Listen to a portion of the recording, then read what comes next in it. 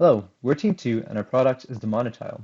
With COVID-19 restrictions continuing, large stores need to keep count of how many people are inside at a given time in order to ensure that social distancing requirements can be met. Some will place a worker at the front of the store to keep a count and allow people in as others exit, but this puts the essential worker at risk, particularly in the case of customers that are, let's just say, less than stellar. To help with this issue, we created a set of floor tiles that can detect and count how many people are entering and exiting the store at a given time. These tiles prevent people from entering if the store is full and let them in when there is space.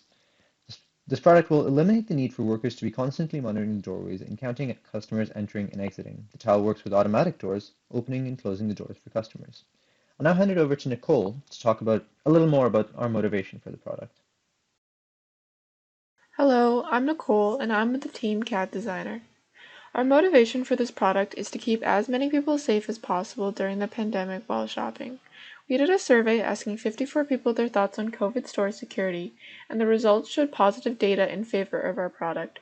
78% of surveyors thought people limits were important, and 94% of surveyors said they'd follow store rules. This shows that there's a demand for our product and people would be willing to have it implemented. Now on to our design. The MoniTile is a 30 by 50 inch tile. The base flooring is made up of standard ceramic tile, and the walking path, the area in black, is made of cork rubber flooring. We chose our materials by comparing standard flooring material and saw if they fulfilled the requirements. Only two ended up passing, rubber tile and rubber cork tile. After, we used a WDM to compare the two and found the rubber cork tile worked better due to its lower cost and durability. Two or one tile can be used, and the code will vary depending on which one. Sensors are located underneath the red area, which tells the customer where to stand. Only one person should be on the tile at one time to maintain social distancing.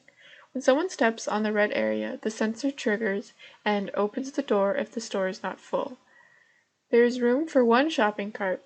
The shopping cart wheels are wider than the sensor area, so won't trigger an extra count, and the handicap button also triggers a count. Hello, I'm Abdullah and I worked on the electrical design. Our design employs two Arduinos, one for the entrance and one for the exit. Each Arduino is equipped with a number of force-sensitive resistors which send signals to the Arduino when they are stepped on. The force-sensitive resistors act as potentiometers. When they detect a force, their resistance decreases, which allows more current to flow through the force-sensitive resistor and the 100K potentiometer, which in turn causes the voltage to increase. The Arduino then takes an analog reading of the voltage using the voltage divider circuit, letting us know when a person steps on the tile. The switches and the buttons work by controlling the current, such that when they are off, the lack of current leads to a low reading, and when a switch is on or a button is pressed, we will have a high reading. The switches are used for control. When they are on, the corresponding tile will pause the counting. Two buttons are used for incrementing and decrementing the number of people in the store manually in case of error, and the last button is the handicap button. The Arduino is connected to a door, allowing it to open the door, close it, or lock it when the conditions are met. Hi, I'm Lewis and I worked on the programming. With Arduinos at the entrance and exit, the count is kept on the exit Arduino, which sends the number and time to a computer.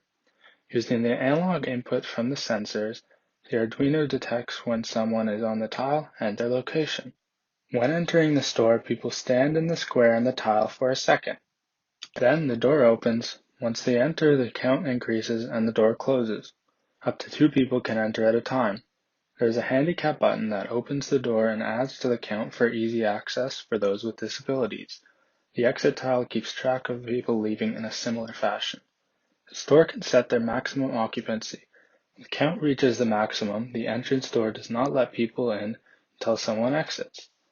Employees will easily be able to stop the count at either door using a switch or can manually adjust the count using buttons if needed. Hello, this is a functionality test for the electrical parts of the MoniTile.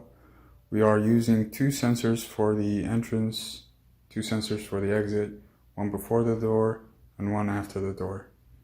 We are using two LEDs, a green LED to indicate that the door is opening when it's on, and indicate that the door is closed when it's off. A red LED to indicate that the door is locked and no more people may enter the store. The process of entering the store would work like this. Someone would stand on the first tile, the door would open, And then then on the second tile, the door will close and we count one person entered. If we do that again, note that we set the limit to 2 people in the store.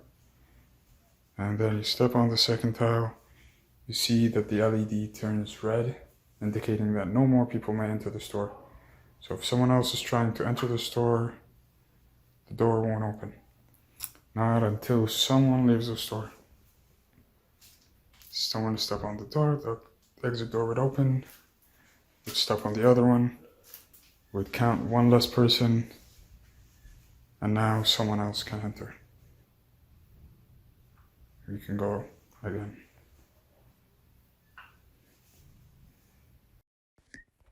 Hi, it's Haley. I worked on the data collection feature of our design. While the MoniTile is being used, a serial terminal is open on a computer that will save all the data that it acquires throughout the day. And you can see a quick demo of this process occurring on screen here. When data collection is done, the terminal can be disconnected and the data will be saved into a text file, which can then be pasted into an Excel template that we provide that will perform several functions for the user to interpret the data.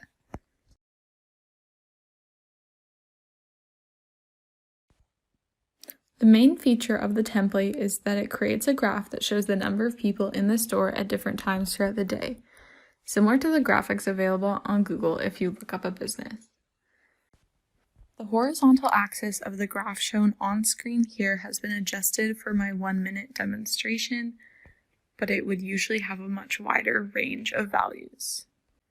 The template will also display the total number of customers that visited the store that day, which is highlighted in blue, and will highlight times where an employee adjusted the count or turned the tile off, as shown under the pink section.